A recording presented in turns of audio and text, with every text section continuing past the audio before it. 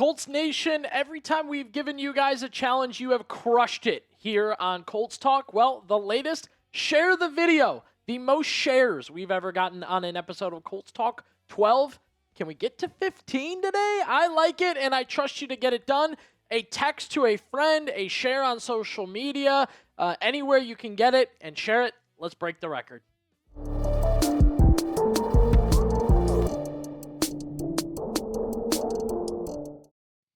ESPN's Adam Schefter has entered the chat with the latest on the Indianapolis Colts, specifically Anthony Richardson. I'll just say right now, confirming a lot of what we've talked about here on the show, but he got pretty real about the Anthony Richardson situation, the trade market, where things kind of stand with him and the Colts. Could AR be back with Indy in 2026? Well, this is what Adam Schefter had to say during the league meetings yesterday. Talking about Anthony Richardson, he said the market for him was soft. If there was a market for him, they would have traded him, and it didn't materialize. So now you have to ask yourself, okay, is it worth it to deal him where you're like, it's making some flipping picks like Richardson and a 7th for a 6th? Why are you going to do that? You might as well hold on to the guy. He would obviously like a fresh start and go somewhere where he gets some reps and work and change the scenery, but you're not just going to give away the former 4th overall pick in the 2023 draft unless it makes sense. So that was Schefter weighing in on how things kind of stand with Anthony Richardson, how things look with the, again, former 4th overall pick. Same vibe from Chris Ballard. He was asked about it and basically said, hey, like nothing's materialized, nothing's happened. We have not gotten anything done with Anthony Richardson here. And look, this was a mutual. You want to find a trade, we'll let you find a trade. We'll take a look around. And looks like both parties haven't found anything, haven't gotten anything done in this situation, which kind of leads the question of like, could he be back, right? Schefter kind of talked about it. Ballard said that door's not closed. That's not done. Just said, look, trade hasn't happened. Schefter comes back, which is kind of a little different than how we've been talking over the past week or two. My question for you, will he be back? Will Anthony Richardson be on the Colts in 2026? Call your shot. Let us know. Type Y for yes, type N for no. What a vibe change, huh? A day ago, a week ago, we were just talking about trade partners and what you trade him for, and I've given my opinion, which I'll stand by and say again today. I don't think he can be back in the building. I think it's a bad idea for everyone and not necessary, not needed, can't happen. Complete vibe change in just one day. You went from when is Anthony Richardson going to get dealt to we can't find a deal, there is no market, he may be coming back. Are we okay with that? Again, I've expressed my opinion. I'm not okay with that. I think it's a bad idea for everyone. Makes Shane Steichen uncomfortable and Chris Ballard and Anthony Richardson himself. I mean, he asked for a trade as much as the Colts told him he could go find a trade and that they'll try and trade him. And everyone agreed it wasn't working, right? And now you're all of a sudden going to come back and be like, let's find a way to make this work. I don't think that's necessarily what's going to happen or how it can happen, because it's just not good for anybody. You have a quarterback. You need to roll forward with it. You can't have Richardson hanging around in the situation hanging around for this one. The only things that could fix it, I think there are two things that possibly could fix the Anthony Richardson situation here. Two things, right? And not easily fixed. It's money and it's playing time. Those are the big two things that could fix the situation here. You may immediately think to yourself, he's not getting either of those. Yeah, he's not. Not going to happen. Not getting some sort of contract extension or contract that wouldn't make any sense. And you're not getting playing time. They invested a lot of money in Daniel Jones. He's the guy, and they've talked about it. The two things that can fix the Anthony Richardson situation are not going to happen. However, the good news is you have a quarterback. These rumors, the drama, the news, the talk, this is all about a backup QB2, possible QB3. I think that is like you can sleep a little better knowing these aren't Daniel Jones problems, QB1 problems. These are QB2 problems for the Colts. You got your guy, right? You paid the money. You saw he's good. I've given my opinion about the question marks, but in general, you know who your starting quarterback is going into next season. And you know he's not unhappy. He's paid, well paid, and ready to rock for next year. And Anthony Richardson, unhappy, not happy, wants a trade, ready to come back. Don't care. You're not the quarterback. We will keep the news and rumors up to date here, but I think it's definitely always worth keeping in mind you have a quarterback in Daniel Jones. In just a second, we are going to discuss the mix for the Colts as far as getting a pass rusher. They didn't get Trey Hendrickson. They are still in the works trade-wise to try and make something happen. I'll give you the latest on that in just a second. But Colts talk has gone worldwide, baby. Brazil. Shout out to our guy here, a fresh subscriber from Brazil. We appreciate you, brother. Thank you for joining the show. We're glad to have you on a daily basis. Free Colts news and rumors from Brazil. They're subscribed. Why aren't you? Hit that sub button right now. All right, we are back to discussing Jonathan Greenard. He is a name continuously mentioned. The Colts, Greenard, linked, right? Colts need a pass rusher. Greenard wants out at Minnesota.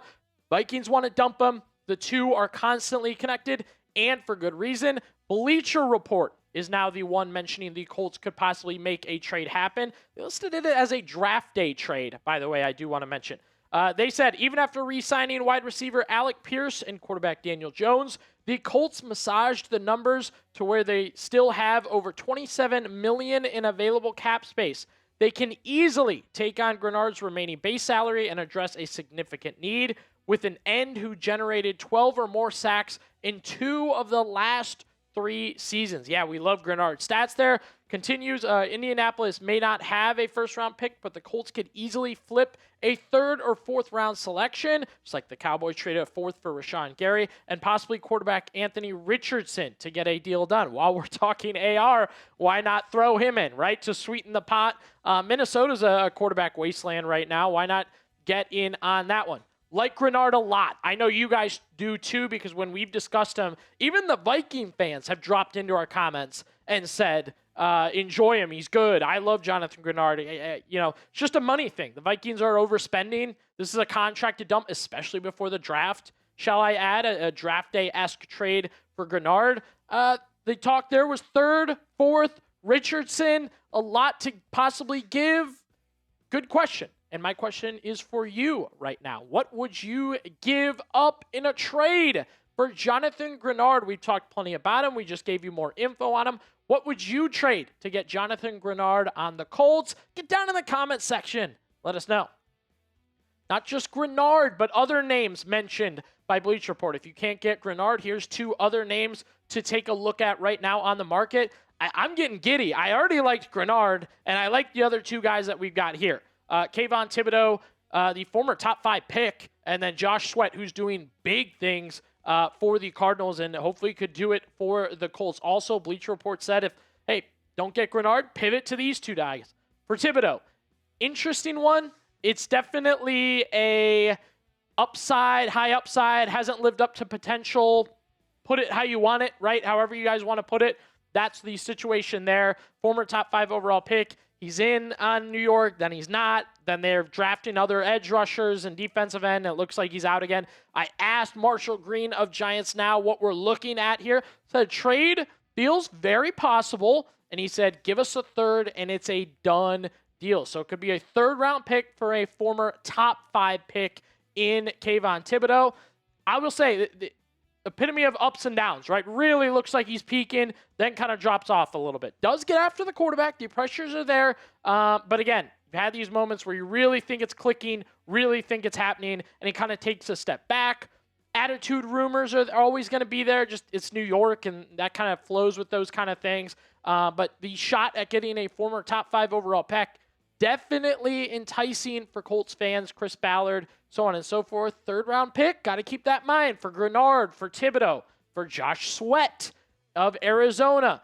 I do want to note, not a good defense for whatever that plays into with Sweat and his ability. I like his numbers a lot. This is a guy that really popped to me when we went through what he's done, not only last year, but the past few years. Last year specifically, producer Aiden Paris and I were preparing the show, and we double take like 4 forced fumbles. I'm always saying with Bosa, I need those 5. 4's pretty good too. 12 sacks to go with it, and he's a guy that had a really good 2025.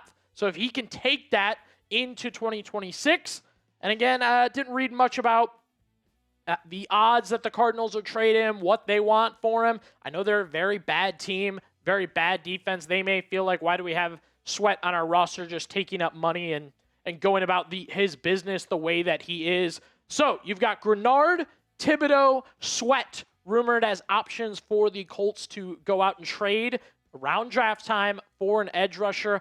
I like all three in different ways. Greenard, you got the stats now and definitely is highly sought after right now in the NFL market. Thibodeaux is a high-end upside guy, which you guys know me. I'm not the biggest on upside, but I'm fond of Thibodeaux, and I liked him in that draft, so it's definitely worth the swing. And then Sweat, the numbers are there right now, today. Get him on the field, and maybe he can give them to you.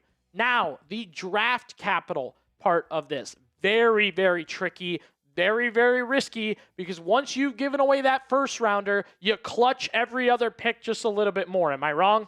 The second, a third, a fourth seems all the more valuable because you didn't pick in the top 32.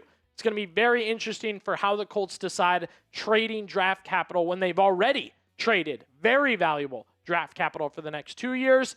But these are win-now trades. If you truly believe you are going to be a good team that can win the AFC South this season, can compete, can make a difference, can go out there and get it done, I agree with it. I like it. Those are win-now trades, win-now mindset, win-now moves. Fine, give up a third for Josh Sweat if you really feel like this is the team to go out there and get it. Thank you for watching Colts Talk. Man, always a great day to talk Indianapolis Colts football. You guys know how we like to do it. The latest news, the latest rumors, anything going on with the Colts, we got it for you.